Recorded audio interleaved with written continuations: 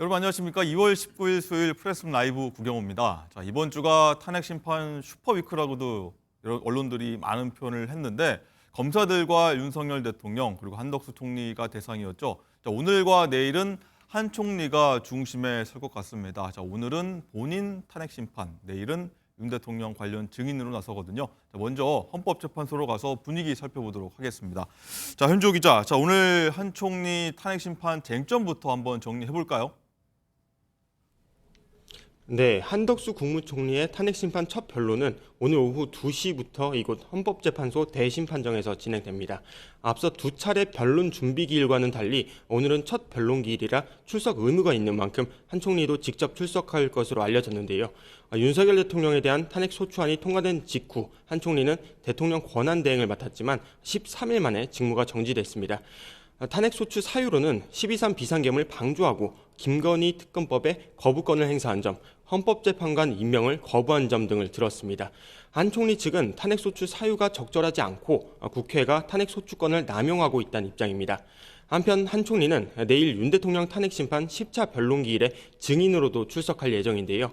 앞서 국회에서 비상계엄 전 국무회의가 요건을 갖추지 못했다는 취지로 진술했던 만큼 국무회의 전후 상황과 관련된 질의가 이어질 것으로 보입니다.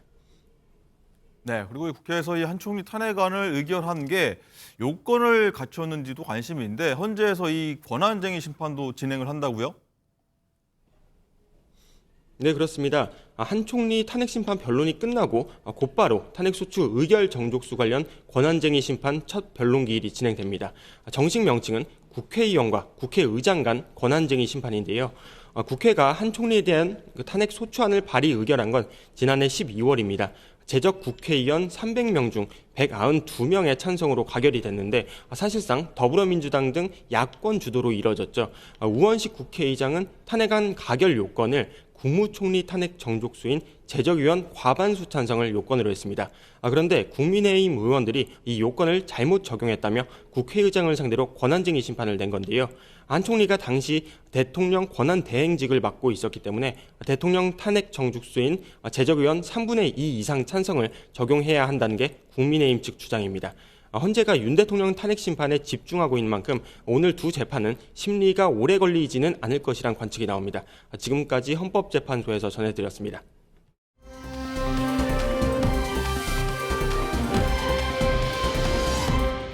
네, 들으신 것처럼 오늘과 내일은 한덕수 총리의 입에 많은 관심이 좀 쏠릴 것 같은데 이 부분 먼저 한번 짚어보도록 하겠습니다. 일단 김광삼 변호사님, 일단 한덕수 총리 내용 보면은 일단 탄핵 심판의 어떤 소추에 대한 적절성 여부 그리고 의결 종족수에 대한 부분일 텐데 두 쟁점 중에서는 각각 어떻게 좀 판단하십니까?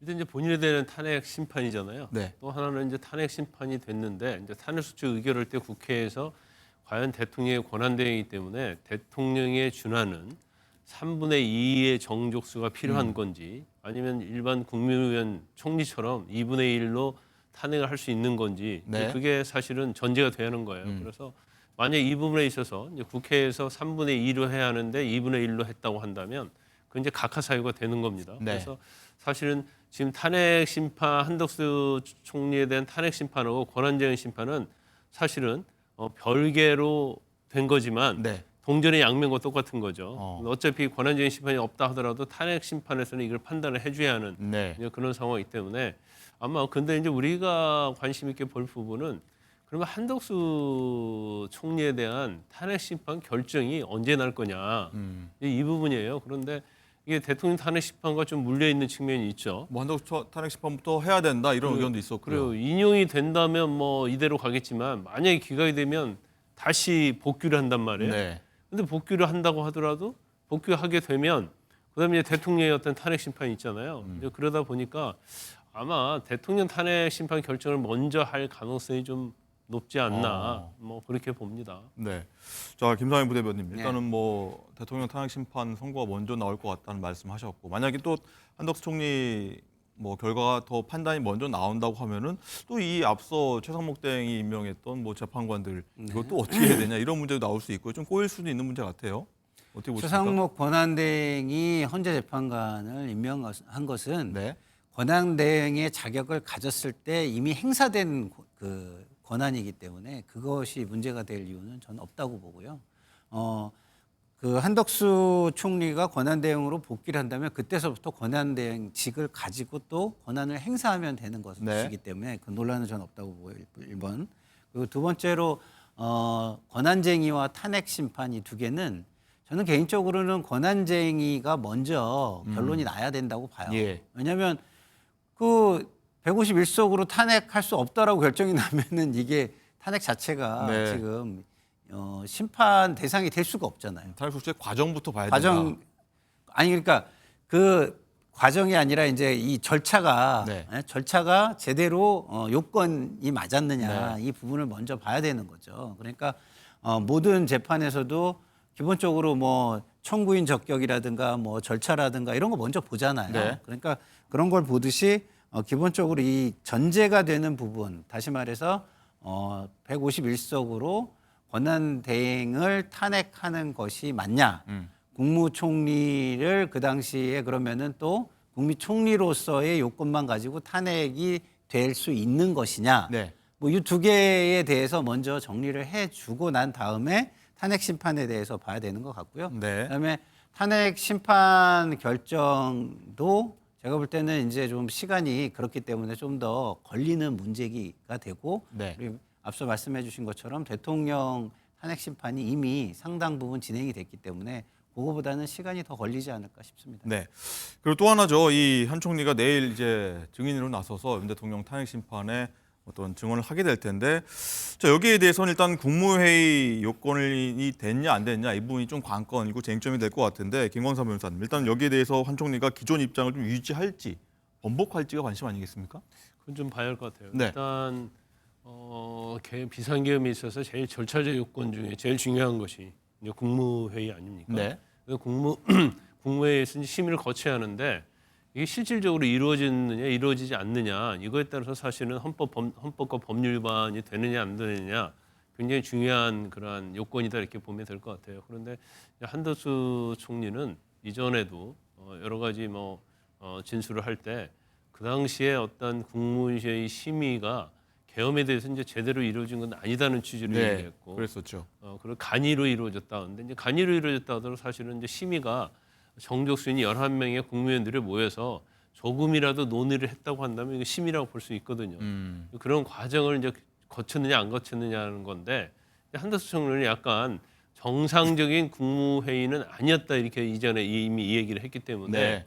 일단 내일 증인심을 할 때도 그걸 이주를 할지 그걸 봐야 할 것 같아요. 근데 이상민 전 장관은 지난번 탄핵 심판 증언에 나와서 국무회의 심의가 정상적으로 거쳤다 이렇게 그랬었죠. 이전에 다른 국무위원들과 다른 얘기를 했거든요. 그래서 그러한 내용에 대해서 내일 검증을 하는 증언이다 이렇게 볼 수 있습니다. 네, 김상일 부대변인, 일단은 윤 대통령 측이 좀 증언을 요청해서 한덕수 총리가 나오게 된 그렇죠. 건데 입장을 계속 유지할지, 다른 의견을 낼지, 다른 증인들이 좀 현재 재판소 나와서 다른 말을 한 부분이 있지 않습니까? 그렇게 갈지 어떻게 보십니까? 저는 입장을 유지할 거라고 봅니다. 본인이 공무원으로서 오랜 동안 생활하면서 이런 경우에 대해서 본인은 처음 봤을 것이고요. 그리고 공무원으로서 감당할 수 있는 어떤 책임감의 범위 이걸 좀 넘어섰다고 지금 판단하고 있는 것 같아요. 네. 그렇기 때문에 입장을 유지할 것이라고 보고요. 대통령이 실질적으로 국무회의가 있었다. 이거는 저는 제가 국회에서 20년 가까이 있으면서 실질 행정이라는 말을 들어본 거는요. 제가 올해 담당한 조세 분야 빼고는 없어요. 네. 모든 행정은 실질 행정이라는 게 있는 게 아닙니다. 전부 다 형식 요건을 갖춰야 되는 것이고 법적인 어떤 절차나 이런 걸 갖춰야 되는 겁니다. 다만 조세와 관련해서만 그런 부분을 폭넓게 인정해주고 있고 그것도 실제로 국세기본법에 그 조항을 담아가지고 실행을 하고 있어요. 그렇기 때문에 그렇지 않은 다른 모든 행정행위는 실질이라는 말로 모든 재량의 범위라든가 이런 걸 넓혀갈 수는 없는 것이다. 저는 이렇게 봅니다. 알겠습니다. 자, 그리고 현장에서 들어온 지금 목소리 들어보면 한 총리가 헌법재판소 정문으로 이렇게 걸어 들어온 게 아니라 윤 대통령처럼 이제 지하로 차량으로 이동해서 조용히 들어갈 것 같다. 이런 내용도 전해 드리겠습니다. 자, 그리고 어제 윤 대통령 10차 변론 기일 앞두고 형사 재판이 겹쳐서 윤 대통령 측이 기일 변경을 요청을 했는데 헌재에서 받아들이지 않았죠. 일단 문영배 대행이 밝힌 이유부터 한번 들어보시죠. 10차 변론기일 관련 재판부 평의 결과를 전달하겠습니다. 첫 번째, 공판 준비기일이 오전 10시고 오후 2시에 탄핵 재판을 잡으면 시간적 간격이 있는 점. 둘째, 변론기일에는 당사자, 재판부, 증인 일정을 모두 고려해야 하는데 재판부가 주 4일 재판을 하고 있고 증인 조지호에 대하여 구인영장 집행을 촉탁하는 점. 3. 10차 변론은 피청구인이 신청한 증인 3명을 신문하는 점을 종합하여 2월 20일 오후 2시로 지정했습니다. 네, 김광선 변호사님. 일단 헌재가 1시간은 밀어주는 대신에 날짜 변경은 안 된다. 일단 뭐 야간 재판이라도 되면 하겠다. 이렇게 강행 의지를 좀 내비친 걸로 보이는데 윤 대통령 측 입장으로선 좀 좋지 않은 상황으로도 보이고요.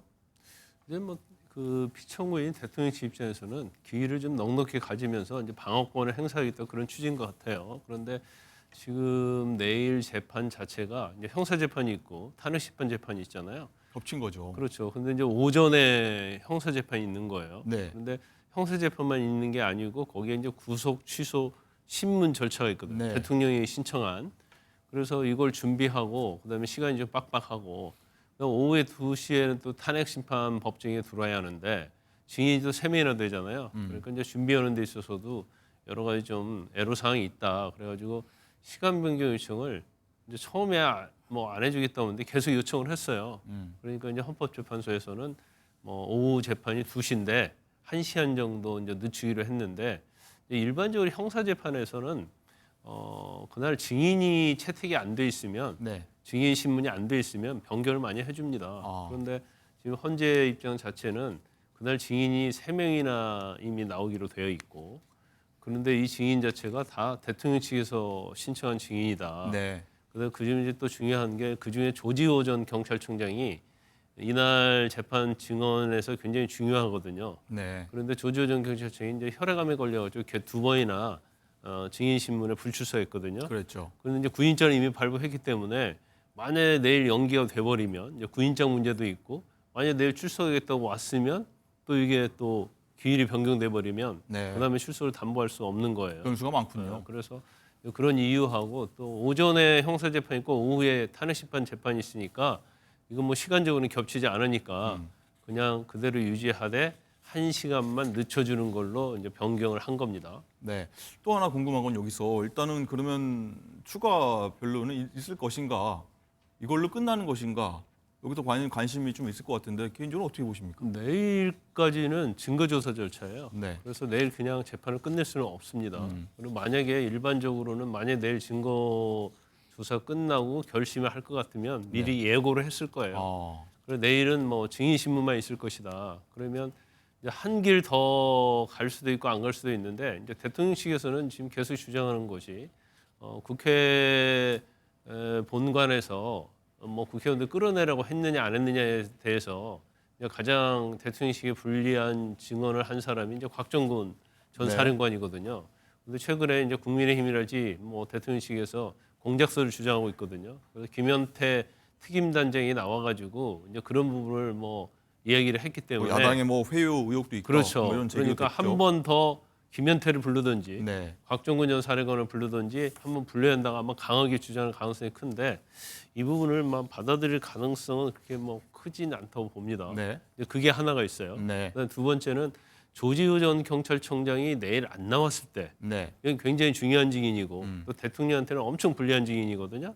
그럼 조지호 전 경찰청장이 안 나왔을 때 한 번 더 할 것인지. 그래서 만약에 헌재에서 수용을 하면 한 번 정도의 증인 신문이 있을 가능성이 크다.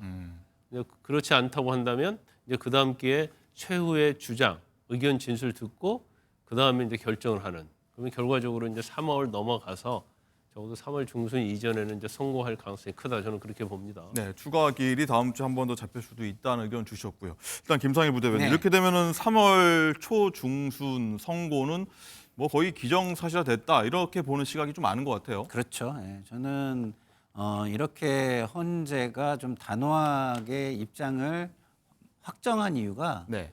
국민의힘 측에서 헌재의 권위와 신뢰를 훼손하는 행위를 너무 지속적으로 하기 때문이라고 보고요. 그리고 심지어는 헌재 자체를 부인하는 모습도 보이기 언제도 때문이라고 다 저는 이런 보는데요. 여당 쪽 얘기를 듣고 있다. 그렇죠. 왜냐하면 얼마 전에 국민의힘 지도부가 항의 방문을 했고요. 네. 그 다음 날에는 36명의 국회의원이 항의 방문을 했습니다. 여당 의원의 3분의 1이 그렇죠. 그리고 지지자들 중에 일부 극렬 지지자들은 문영배 소장 집 앞에 가서 지금 시위를 요란스럽게 하고 있습니다. 주민들에게 피해가 갈 정도로. 그런 것들을 볼 때 일부 의견을 수용을 해준 것이 오히려 이게 잘못된 시그널을 전파하는 거 아닌가, 이런 우려가 있을 수 있어요. 국민의힘과 지지층에 우리가 이렇게 하니까 헌재가 뒤로 물러나는구나, 겁을 먹는구나, 이렇게 잘못 생각하고 우리가 좀 더 하면은 헌재를 우리가 주무를 수 있겠구나, 이런 잘못된 어떤 인식을 심어줄 수 있다는 우려를 저는 가지기에 충분한 상황이라고 보기 때문에 네. 이런 것들이 헌재를 좀 더 단호하게 만드는 거 아닌가, 이런 생각마저 듭니다. 네. 자, 그런가 하면 어제 윤 대통령이 헌재까지 왔다가 변론 직전에 불참하겠다고 해서 다시 법무부 차량을 타고 구치소로 돌아간 일이 있었는데, 자, 김광사 변호사님, 이게 헌재에 왔다가 어떤 일이 있었길래 1시간 반 정도 머무르다가 돌아갔느냐, 여기 굉장히 궁금증을 많이 자아내고 있거든요. 이제 일반적인 재판에서는 이제 증거 조사를 하고 그 중간에 의견 진술할 기회를 주고 그런 경우는 거의 없습니다. 네. 그래서 이런 거에 이제 변호사도 익숙하지 않는 거고요. 이제 헌재에서 원래 의도했던 것은 이제 증거 조사, 그러니까 양쪽에서 제출한 증거에 대해서 동의 부동의, 그래서 증거를 채택할지 말지에 대한 네. 그런 거에 대한 거였고, 두 번째는 뭐 양측에서 이제까지 뭐 증인 신문이랄지 이제 그거 관련해서 의견을 진술하라고 2시간씩 줬지 않습니까? 네.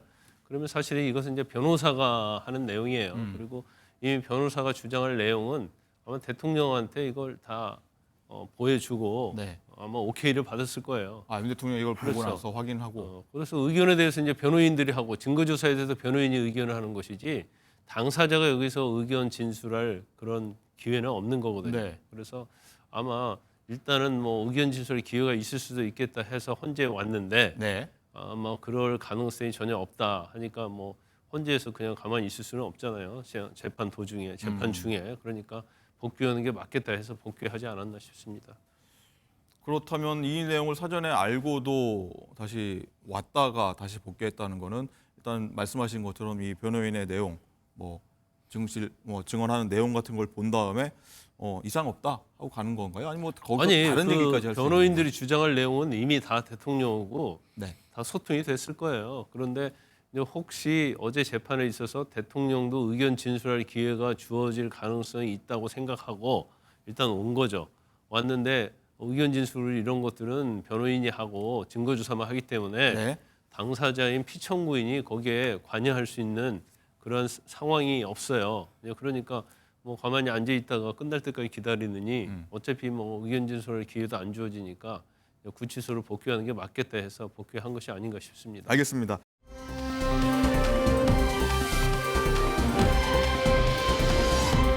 네, 탄핵 심판이 종반을 향할수록 여권의 고심도 좀 깊어지는 듯한 분위기가 좀 읽히는데, 혹시 모를 조기 대선에 야당은 좀 발빠르게 준비하고 있는데 여당은 그럴 수가 없는 상황이기 때문일 텐데, 이런 상황에서요, 당내 투톱인 권영세 비대위원장과 권성동 원내대표가 윤 대통령을 적대한 적이 있는데 이걸 두고도 개인 차원이다, 이렇게 강조한 걸 두고서 윤 대통령이 좀 불편한 기색을 보였다, 이런 얘기가 나오고 있습니다. 이 당시 싱크 목소리 한번 들어보도록 하시죠.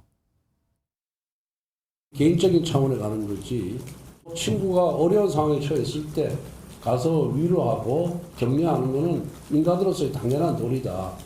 우리 당 출신의 대통령이고 지금은 직무정지 중일 뿐이 아니겠어요. 야당의 어떤 의원님이 왜 구치소까지 찾아가냐 그러는데 구치소에 집어넣었으니 구치소로 찾아갈 수밖에 없지요. 그렇지 않겠어요? 네, 김상일 부대변인. 네. 일단은 윤 대통령이 접견이 왜 지도부가 아니라 뭐 개인 자격으로 한 거냐 이렇게 좀 불편한 기색을 이런 말에 대해서 보였다는 건데 네. 국민의힘 지도부에서 보면은 이제 중도층을 눈치를 보다가 윤 대통령이 좀 불편함도 산 거 아니냐. 뭐 이렇게 해석도 가능할 것 같기도 하고요. 그렇죠. 윤석열 대통령의 정치적 투쟁이 광장에서 사실상 효과를 발휘하고 있잖아요. 그래서 어떤 광장에서 어떤 강렬하게 분출되는 감정이나 이런 거에 눈치를 지금 보고 있는 것이다 이런 생각이 듭니다. 예를 들어서 개인적 차원이 아니다라는 생각을 가지고 있었다면 이 얘기로 한창 논란이 됐을 때 왜 정리를 하지 않았죠? 책임 있는 자리에 있는 분인데. 그렇잖아요. 우리가 방송에서 얼마나 많이 얘기했습니까? 이게 좀 부적절하고 이게 정치 선동일 수 있고 이게 옥중 정치로 이어질 수 있고 그렇게 되면은 지금 법적 판단을 받아야 되는 대통령이 정치 행위들을 적극적으로 하게 되는 상황이 굉장히 부적절하다. 뭐 이런 것들의 비판을 많이 했잖아요. 네. 그때 그것에 대해서 반응이 권성동 원내대표가 대표적으로 하긴 했지만 개인적인 차원이다라고 했습니다. 그러면 그때 같이 가신 당대표에 준하는 비대위원장인 분이 그거를 모르고 그냥 갔나요? 아니잖아요.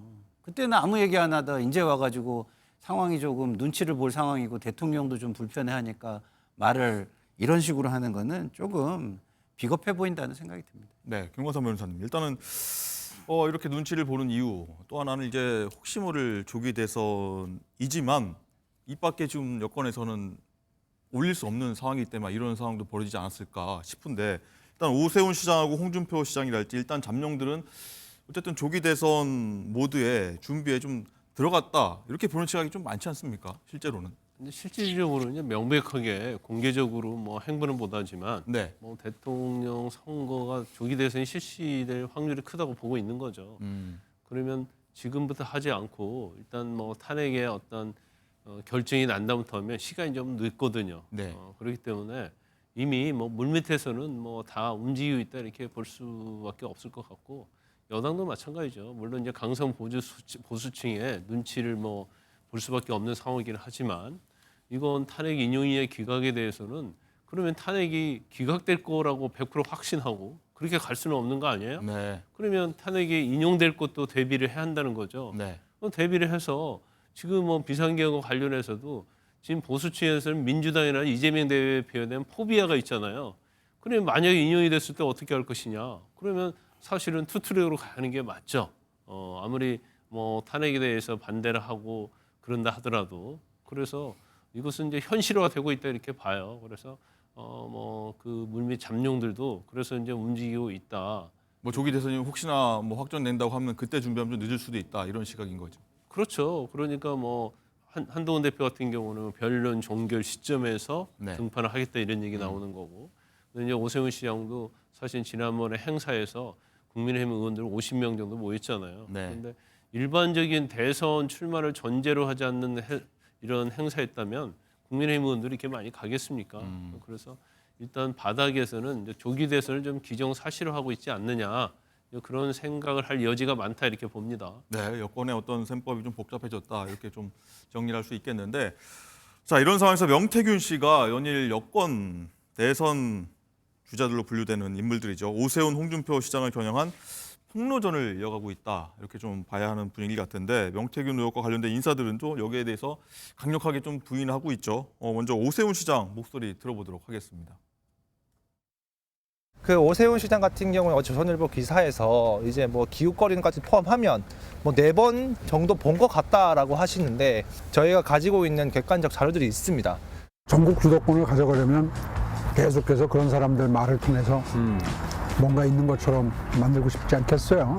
명태균 씨도 신병이 확보돼 있는 상태. 수사 못할 이유가 없습니다. 네, 김광삼 변호사님. 일단은 명태균 씨가 윤 대통령 부부에게 굉장히 날을 세우다가 이 새로운 국면에서는 또 오세훈, 또 홍준표 시장까지 좀 겨냥한 듯한 발언을 이어가고 있는데 이렇게 폭로전을 이어가는 이유가 뭐라고 보십니까? 혼자 죽지 않겠다는 거죠. 그럼 제가 볼 때는 이제 본인 자체는 포기했을 거예요. 왜냐하면 지금 기소된 내용이랄지 이런 것들은 유죄 판결 가능성이 높고 네. 더는 형량도 굉장히 게 나올 거예요. 그러면 자기들하고 자기 자신하고 이제 관계를 했는지 어쩐지 모르겠지만 본인의 입장에서는 이제 관계했던 사람들이 사실은 다 부인을 하고 있고 또 어떻게 보면 명태균 씨 자체를 쓰레기 취급하고 있잖아요. 거기에 대한 이제 감정이 이제 복받치는 거죠. 그래서 뭐 아주 뭐 극단적인 언어를 쓰더라고요. 뭐 껍질을 벗기겠다는데 저 사람은 물론 이제 저거 자체에 대해서 이제 문제가 있는 건 수사도 되고 처벌할 건 처벌해야겠죠. 그런데 저 사람의 어떤 행태랄지 그런 걸 보면 스스로 좀 돌아봐야 돼요. 스스로가 얼마나 나쁜 짓거리를 했는지 그거에 대한 반성을 얻고 그 모든 것을 외부의 탓으로 돌리는 저런 행위 자체가 사실은 아주 제가 볼 때는 수준 낮은 거예요. 그럼에도 불구하고 네. 결과적으로 지금 상황에서 자신에게 가장 유리한 게 무엇이냐. 결과적으로 혼자 죽지 않고 죽을 바엔 같이 죽겠다는 그러한 뭐 태도인 것 같아요. 뭐가 진실이고 자기 뭐가 대선까지 영향력을 좀 끼치겠다, 끼쳐보겠다 이런. 그렇죠. 그런가요? 대선을 지금 본인 입장에서는 흔들어 놓겠다. 전에도 자기가 어떤 선거에 있어서 많이 흔들어 놨는데 이제 대선도 내가 한번 옥중에 있지만 네. 기존에 가지고 있던 자료를 가지고 흔들어 보겠다. 그런 생각을 하고 있는 거예요. 그러니까 사실은 기존에 있던 버릇과 습관을 못 고치고 있다 저는 그렇게 봅니다. 네. 자, 김상희 부대변인. 일단은 두 당사자는 지금 펄쩍대고 있습니다. 오세훈 시장 같은 경우에는 펄쩍 뭐 새빨간 거짓말이다. 수사 빨리 하라. 또 홍준표 대구시장 같은 경우에는 자, 용서하지 않겠다. 이렇게도 얘기하고 있거든요. 네. 실체가 뭘까요? 그러니까 본인들의 의혹에 대해서 네. 깔끔하게 정리를 하기 위한 노력을 해야죠. 그러니까 아주 설명을 해도 그냥 그 단순하게 꼬리 자르기식 설명으로 느껴지는 설명이 아니라 네. 좀 더 구체적이고 그리고 자기 캠프나 자기의 주변에 있는 사람들에게 좀 더 취재하고 알아봐서 설명하는 성의가 좀 필요하다고 생각을 하고요. 그렇지 않으면 국민들의 의혹이 쉽게 풀리진 않습니다. 왜? 저분들이 권력자이기 때문이에요. 그거는 여나 야나 마찬가지인 겁니다. 네. 뭐 이재명 대표가 됐든 다른 뭐 국회의원이 됐든 그거는 다 마찬가지일 거고요. 명태균 씨는 제가 볼 때 지금 일부 여권의 핵심 실세들에게 일종의 어떤 사감, 반발심 이런 걸 좀 가지고 있는 것 같아요. 예, 어떤 걸까요? 그러니까 이제 본인이 굉장히 뭔가를 해줬다고 생각하는데 그 고마움도 모른다든가 아니면 뭐 배신을 한다든가 이렇게 느끼는 것 같고요. 네. 그것이 실체가 있는지 없는지는 그리고 그게 법적으로 문제가 되는지 안 되는지는 따져봐야 될 일이지만 어쨌든 본인 자체는 그렇게 좀 느끼는 거 아닌가 싶고 네. 거기에 저분 스타일 자체가 자기 과시형 나르시스트 같아요. 그러니까 항상 뭔가 할 때 자기 과시가 좀 돼야 되고 네. 그다음에 나르시스트로서 좀 항상 칭찬을 받거나 그거에 대한 확인이 돼야 되고 뭐 이런 형의 좀 인물이 아닌가 이런 네. 생각이 들어서 그것이 또 지금의 상황에서도 또 증폭돼서 나타나는 거 아닌가 싶습니다. 네. 개인 의견과 분석까지도 한번 들어봤고요. 자, 야당 얘기 해보죠. 이재명 대표는 어제 한 유튜브에 출연해서요. 민주당이 변해야 한다. 이렇게 목소리를 냈습니다. 한번 들어보시죠.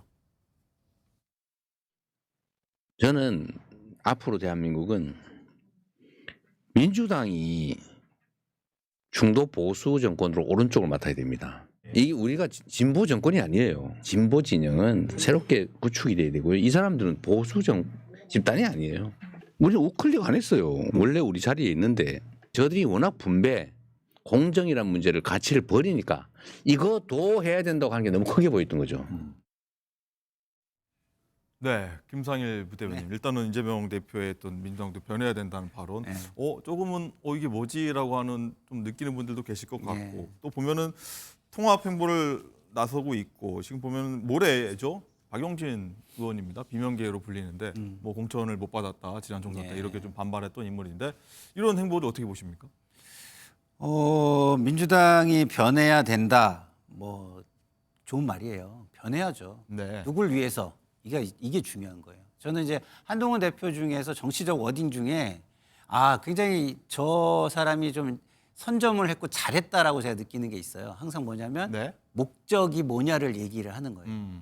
무엇을 위해서? 예를 들어 뭉친다면 네. 무엇을 위해서 뭉치는 거냐? 그래서 당정일체를 하면은 이게 무엇을 위해서 당정일체를 하는 거냐? 이게 국민을 위한 거냐? 특정 권력을 위한 거냐? 이런 걸 질문하잖아요. 똑같은 질문이 해당이 되는 거예요. 민주당 변해야죠. 누구를 위해서?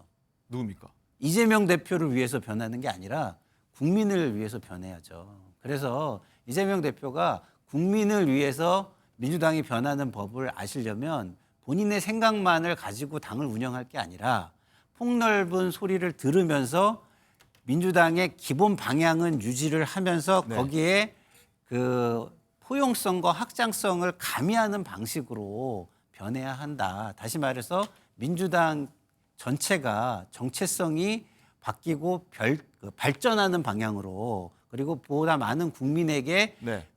이익이 되는 방향으로 변해야 된다. 이런 생각이 듭니다. 네, 김건삼 변호사님. 일단은 이재명 대표가 지금의 국민의힘은 보수가 아니다. 우리가 그 자리를 가야 된다고 하는 부분. 그래서 뭐 우클릭이나 여러 말도 나오고 있는가 하면 약간 민주당 지지자들이 여기에 대해서 어떻게 좀 받아들일지도 궁금하거든요. 근데 저게 뭔 말인지 잘 모르겠어요. 솔직히 말해서.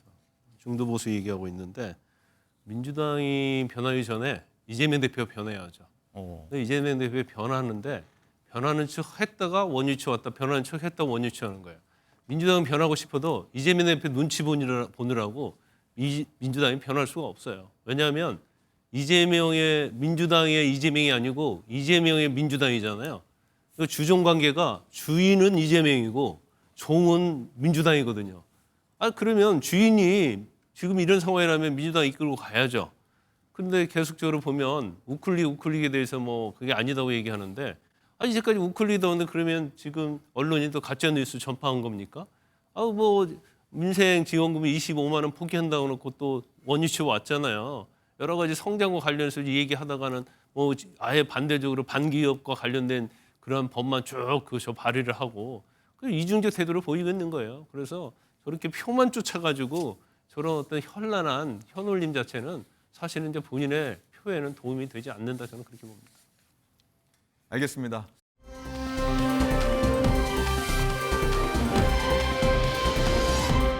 네, 보신 것처럼 유아인 씨가 구속 5개월 만에 일단은 석방이 됐습니다. 양지인 변호사님, 일단은 집행유예로 감형이 된 건데 감형 이유가 구체적으로 뭡니까? 일단 재판부가 보기에는 유아인 씨가 이렇게 펜타민을 복용하게 된 이유가 수면 장애라든지 이런 불안증이 있기 때문에 치료 목적으로 시작이 됐다라는 것은 인정을 네. 했습니다. 그리고 약물에 대한 의존성을 보이고 있지 않고 그동안 5개월 동안 구속되어 있으면서 많이 반성한 것으로 보인다라고 참작을 했고요. 그렇기 때문에 검찰에서는 징역 4년을 구형했지만 결국에는 집행유예 선고를 내렸습니다. 그렇군요. 일단은 연예계 복귀 가능성은 열린 거긴 한데 뭐 당장 복귀는 쉽지는 않을 것 같긴 해요. 그러게요. 대중의 반응에 달려 있는 것 같습니다. 유한 씨의 경우에는 지금 영화 승부의 개봉을 앞두고 있는 상황이고요.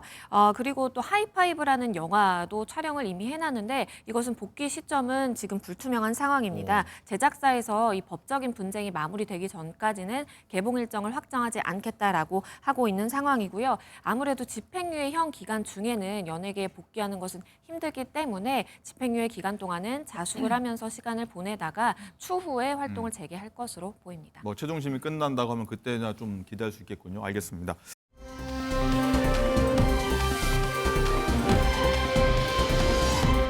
자, 그리고 이번엔 배우 이한희 씨 소식을 좀 이어갈 텐데 윤정 기자, 이한희 씨가 어제 오늘 뭐 그저께부터인가요? 계속해서 뭐 언론 보도상에 나오고 있는데 이번 오늘은 또 무슨 얘기입니까?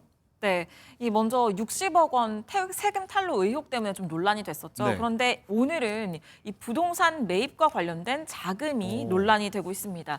이한희 씨 지난 2017년에 이 개인 법인 명의로 한남동에 위치한 100평 규모의 지상 2층 건물을 65억 5천만 원 정도에 사들입니다. 네. 이 해당 건물은 지금 현재 가치로는 100억 원이 넘을 것으로 지금 평가가 되는데요. 이 문제는 어떤 자금으로 이 부동산을 매입을 했냐는 겁니다. 네. 이한희 씨는 법인을 자본금 1,000만 원에 설립을 했는데 이 추가 자본금 납입이 없이 어떻게 이렇게 거액의 부동산을 살 수 있었는지 이 자금 출처의 의혹이 제기가 되고 있는 건데요. 등기부 등본에서도 이 부동산 부동산을 취득한 2017년도에는 담보대출을 받은 기록이 없습니다. 다만 2020년에 해당 건물을 담보로 42억 원의 근저당이 잡혀 있고 이후에 말소가 됐다가 2023년에 30억 원의 근저당이 다시 설정이 됐습니다.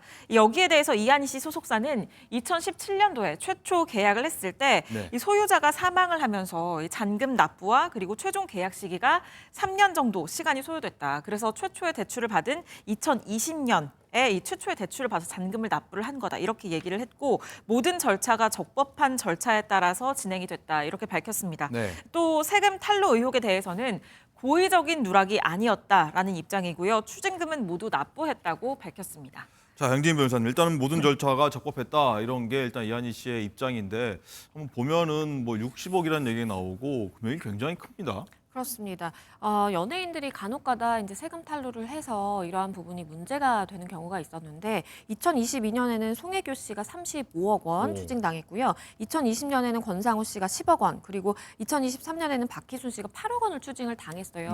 연예계에 이런 세금 탈루의 이슈가 불거지기는 하지만 60억 원대의 세금 탈루 의혹은 정말 역대급이다라는 좀 생각이 들고요. 맞습니다. 왜냐하면 지금 탈루된 세금이 이제 60억 원 가량이다라고 볼 수가 있는 상황이기 때문에 매출액으로 산정을 했을 때 지금 80억 원 정도다라고 이야기가 나오고 있는 상황이에요. 그렇기 때문에 연예인들 가운데에서도 최고의 금액이고 그만큼 대중의 시선이 조금 좋지 않다라고 볼 수도 있겠습니다. 네, 일단은 뭐 입장 보면은 고의적인 세금 누락이 아니고 관점 차이다라고 일단은 얘기를 하고 있지 않습니까? 이 부분은 좀 저희가 어떻게 봐야 됩니까? 관점이 차이다.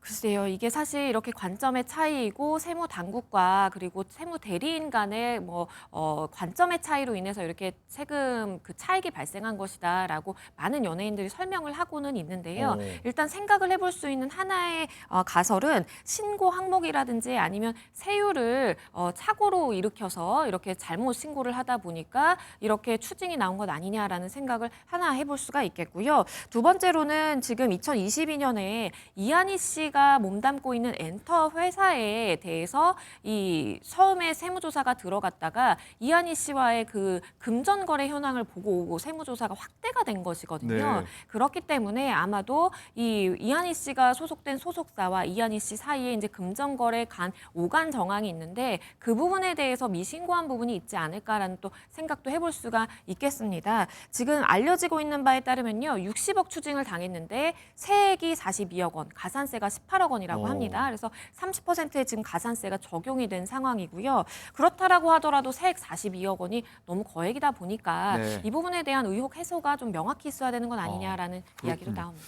일단 배우 이한희 씨 하면은 되게 이미지가 좋습니다. 영화도 그렇고 다른 활동도 보면 뭐 저한테는 적어도 이미지가 괜찮은데 이런 일로 인해서 윤정 기자 일단 대중들은 좀 놀랐을 것 같아요. 네, 그렇습니다. 평소 이미지와 다르기도 하고 60억이라는 액수 자체가 워낙에 크다 보니까 사람들이 좀 상상하기 힘든 액수잖아요. 그래서 이게 정말 고의성이 없었던 거냐, 여기에 대해서 계속해서 의구심을 제기를 하고 있는 상황이고요. 또 얼마를 벌어야지 세금을 60억을 내는 거냐, 이런 반응들도 나오고 있습니다. 그렇군요. 어쨌든 공인이기 때문에 재발하지 않도록 각별하게 조심 잘해야겠다 이런 생각.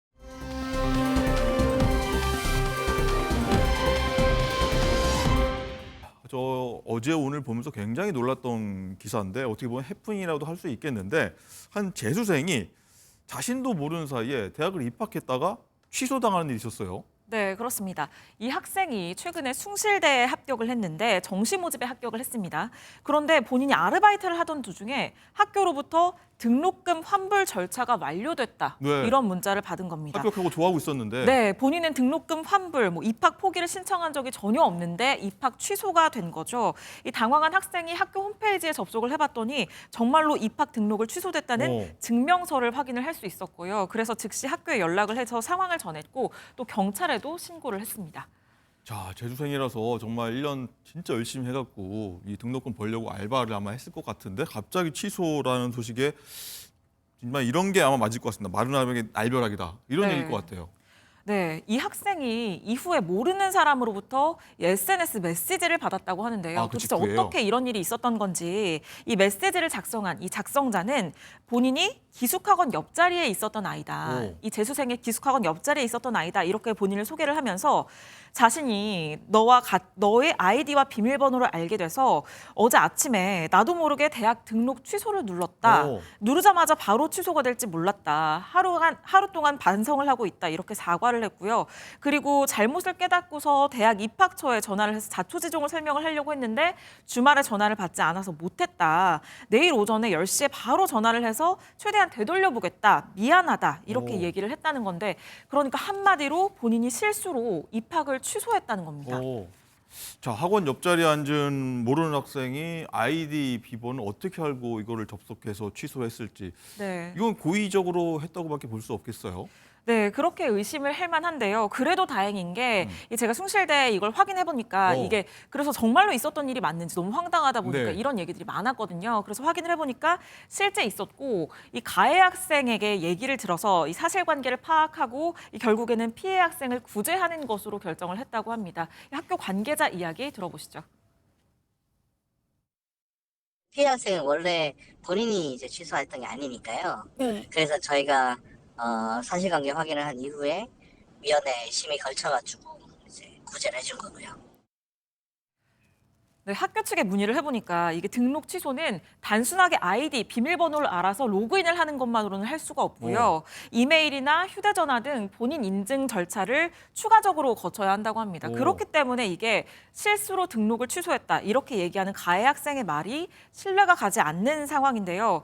피해 학생도 본인이 이 가해 학생에게 원한을 사기는커녕 말 한마디도 섞은 적이 없다. 오. 어떻게 실수로 이런 일을 저질렀는지 이해가 가지 않는다. 이렇게 황당함을 내비치고 있다고 합니다.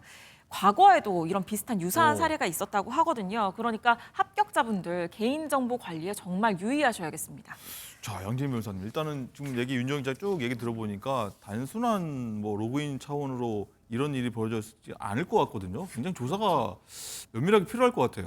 맞습니다. 그러니까 가해 학생의 이야기는 나도 모르게 이제 예를 들어서 정말 실수였다라고 한다면 화면이 띄워져 있는데 나도 모르게 버튼을 눌렀는데 그게 취소가 됐다라는 거라면 부합을 하겠는데 단순히 그게 아닌 것 같아요. 그렇죠. 왜냐하면 아이디와 패스워드를 넣고 로그인을 해서 들어가서 거기서 인증 절차를 거치고 그다음에 취소를 해야 되는 거잖아요. 그렇기 때문에 이것을 단순히 실수로 인해서 뭐 내가 뭘 잘못 눌러서라기보다는 어쨌든 그 당시에는 지금은 뉘우치더라도 당시에는 얘를 합격 취소시켰으면 좋겠다라는 생각이 그러니까 고의를 가지고 이런 행동을 했다라고 볼 수밖에 없는 것이고요. 네. 일단 이 사건이 있은 직후에 피해자는 즉시 경찰에 신고하고 IP 추적을 해서 사실 가해자를 특정하고 있던 중이었다라고 네. 합니다. 그런데 이제 본인이 저렇게 자백을 하고 자수를 하다 보니까 이렇게 상황이 종결됐습니다. 자, 저 가해 학생은 도대체 무슨 생각으로 저렇게 했을까라는 생각도 들고 또 이 경우에는 이 학생에 대해서는 개인정보를 좀 빼내서 이용했던 부분이라 어떤 처벌이 내려집니까? 일단은 대학의 업무 방해를 했다라고 볼 여지도 있습니다. 이 학생으로 인해서 학교 입장에서는 이렇게 구제를 해줄지 말지 어떻게 해야 될지를 논의하는 절차를 거쳤고 일부 업무 방해 인정이 될 수 있을 것 같고요. 더불어서 내가 다음에 아이디라든지 패스워드를 넣어서 인증 절차를 밟고 하는 그 자체가 정보통신망법 위반이라든지 개인정보보호법 위반이 될 수가 있습니다. 그렇기 때문에 이걸 단순히 해프닝이다 아니면 고의 없이 정말 실수로 일어났다라고 넘어갈 것이 아니라 왜 어떠한 고의를 가지고 이런 행동을 했고 혹시나 처벌의 여지가 있는지는 반드시 검토를 해봐야 될 것으로 보입니다. 변호사님, 하나 좀 의견을 여쭤볼게요. 궁금한 대목이 이 학생이 서로 모르는 사이인데 왜 이런 일을 했을까? 뭐 모르는 사이에 악감정이 있던 건지 혹은 뭐 같은 과를 지원해가지고 본인 입학 대기 순번에 있던 건지 좀 많은 게 좀 궁금하긴 해요. 그렇죠. 그러니까 그런 부분도 수사기관에서 일단 경찰에 신고를 한 상황이고 IP 특정을 하고 있던 중이었기 때문에 이 가해 학생을 대상으로 조사를 하게 될 것으로 보이고요. 네. 본인이 뭐 마침 본인이 지원한 같은 학교여서 뭔가 노리고 했을 가능성도 있겠지만 수험 생활을 하다가 굉장히 심리적으로 좀 불안해져서 아니면 단순히 호기심으로 이렇게 했을 가능성도 있거든요. 네. 그럼에도 불구하고 내가 호기심으로 설사 했다라고 하더라도 법적으로 구성 요건이 충족이 되면 충분히 앞서 말씀드린 것처럼 처벌을 받을 수 있습니다. 네. 혹시 뭐 다른 일이 있을 수 있으니까 굉장히 재발 방지에 노력을 좀 기울여야겠다 이런 생각이 들고요.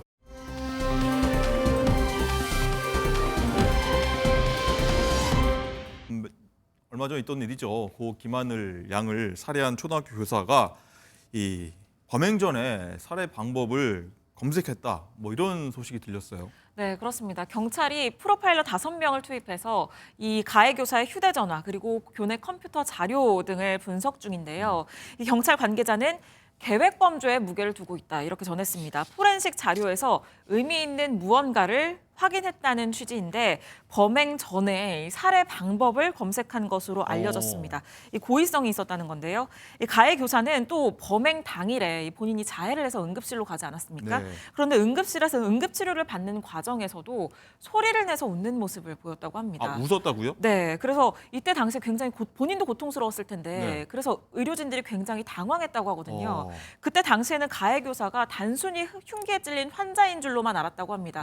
그런데 이후에 이 살해범이라는 것을 알고 이 의료진들이 더 크게 당황을 했다고 하는데 이 전문가들은 이런 행동으로 미뤄봤을 때 이 가해 교사가 이 반사회적인 인격 장애일 가능성도 거론하고 있습니다.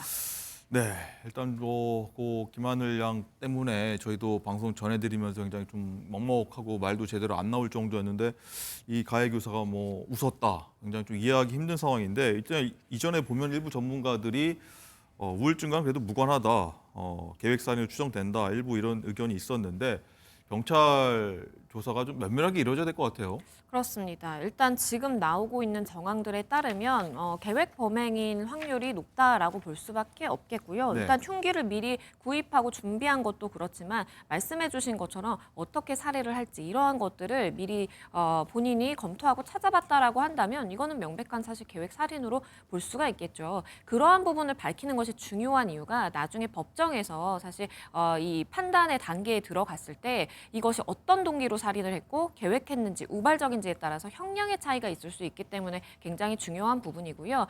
이러한 정황들에 비추어 봤을 때에는 아마도 이 가해 교사의 경우에는 비난 동기 살인으로 인정이 될 가능성이 높고 더불어서 계획 범행으로 인정될 것이 확률이 높기 때문에 네. 결국에는 중형을 피하기 어려워 보입니다. 네, 이 살해 교사가 지금 뭐 산수 마스크 끼고 있을 정도로 이 조사가 쉽지 않다라고 하는데 어쨌든요, 이런 얘기도 많이 나옵니다. 그리고 사건 초기에 이 잔혹하게 하늘 양 살해해서 신상 공개해야 되는 거 아니냐, 뭐 검토 중이다라는 얘기를 저희가 그 이튿날부터 계속 전해드렸는데 아직까지 이후에 소식이 들리지 않고 있는데 신상 공개 가능성 또 언제쯤 공개될지 어떻게 보십니까? 이게 조금 지연되고 있는 이유가요. 경찰이 지금 대면에서 조사를 해야 되는데 대면 조사를 하지 못하고 있습니다. 이 가해 교사가 의사소통은 가능하다라고 전해졌었는데 다시 또 이제 뉴스 나오는 거 보면 혈압이 올라가서 대면 조사는 좀 불가능한 상황이다. 네. 호흡기를 끼고 있어서. 혈압이 올라가서 못하고 있다? 그렇죠. 그런 이야기가 좀 나오더라고요. 그래서 지금 사실 체포영장이 발부됐음에도 불구하고 체포도 안 되고 있는 상황이고요. 그렇다라고 본다면 신상 공개가 되는 시점도 미뤄질 수밖에 없습니다. 신상 공개 심의위원회가 열려야 되고 그 이후의 절차를 밟아서 신상 공개를 하게 되는 것인데 지금 소위 말하는 신상 공개 때 제공이 되는 머그샷도 촬영 못하고 있는 거거든요. 그렇기 때문에 우선은 체포 집행을 하고 그 이후에 심의위원회가 열릴 것으로 보입니다. 자, 이걸 지금 보는 시청자 여러분도 아마 혈압이 오르지 않을까 싶은데 윤정 기자, 일단은 이 교사가 공무원 연금을 받는다 이런 사실도 알려져서 뭐 시청자 여러분들 더 혈압이 오르는 것 같아요. 네, 그렇습니다. 이 가해 교사 파면 처분을 받게 될 예정인데 그럼에도 불구하고 65세부터는 한 달에 100만 원 정도의 네. 연금을 계속해서 받을 수 있습니다.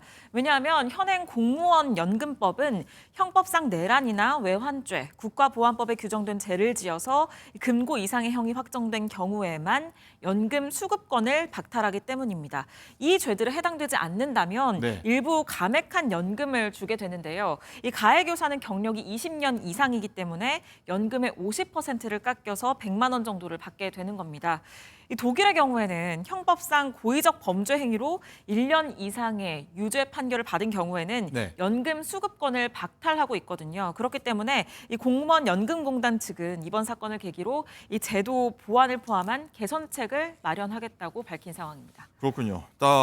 어쨌든 김하늘 양이 좀 하늘을 떠난 지 한 일주일이 지났는데 자, 공직사과가 없었습니다. 대전교육청이요. 여기서 네. 언급했었어야 되는데 아직도 없다. 근데 뒤늦게 사과를 했는데 이게 또 논란이라면서요? 네, 그렇습니다. 바로 어제 이 국회 긴급 현안 질의에서 이 문제에 대해서 질타가 쏟아졌습니다. 네. 특히 이 설동호 대전시 교육감이 면피에만 급급한 태도를 보이면서 태도 논란이 불거졌는데요. 이 모습 영상으로 확인해 보시죠. 어느 선까지 보고가 되었습니까? 그날? 아니 그거는 이상 유선으로 네. 보고되고 언제 이제 그러면 정확하게 인지하셨어요? 서부교육지원청으로 이렇게 보고가 됐고요. 자, 근데 예. 교육감님이 그때 당시 잘 모르셨던 것 같고요. 예. 왜 못 만나게 했습니까? 네, 지금 의원님 말씀대로 그걸 만나게 했어야 되는데 만나지 못한 것은 이 책임이 누구한테 있는 거냐고요? 누구한테 있어요? 만나지 못하게 한 거 그 누구한테 내용을 있냐고요, 책임? 점검하겠습니다. 책임 누구한테 있어요? 누구한테 있어요? 교육감님한테 있죠. 서부교육청, 남부교육청, 달랑, 대전에 교육청 2개인데 일일 보고 안 받습니까? 아니 이제 모르시는 거죠 지금. 아까 모든 기관과 그거 연계 매일 보고 받지 않으셨죠 지금. 모든 기관과 연계해가지고 상담 활동을 지원을 하고 있습니다. 지금 오늘 답변이 책임지지 않으려는 자세가 너무나 이렇게 역력히 보입니다. 아니 위원장님 말씀하셔서 감사하게 생각하는데요. 있는 그대로 말씀드리지 하나 거기에 그 잘못된 표현은 하지 않습니다. 네, 있어서는 안 되는 일이 벌어졌는데 마치 남 얘기하듯이 이 답변을 반복하고 심지어는 사건 발생 후에도 현안을 제대로 파악하지 못하는 모습을 보였습니다. 그래서 굉장히 큰 질타를 받았고요. 설 교육감은 이렇게 질타를 받은 뒤에야 책임을 통감한다라면서 유가족에게 사과했습니다. 네, 양진 변호사님. 보는 분들 많이 좀 혈압이 올랐을 것 같아요. 답답해하고. 그렇죠. 왜냐하면 사건 발생 당일에 장학사가 왔다 갔거든요. 네. 그때 즉시 사실 분리조치만 취해졌었더라도 이런 사고는 막을 수 있었기 때문에 안타까움이 더해지는 것이고요. 이번을 계기로 해서 여러 가지 제도를 개선하고 그리고 즉각적인 분리조치 정말 중요하다라고 다시 새겨야 되겠습니다. 알겠습니다.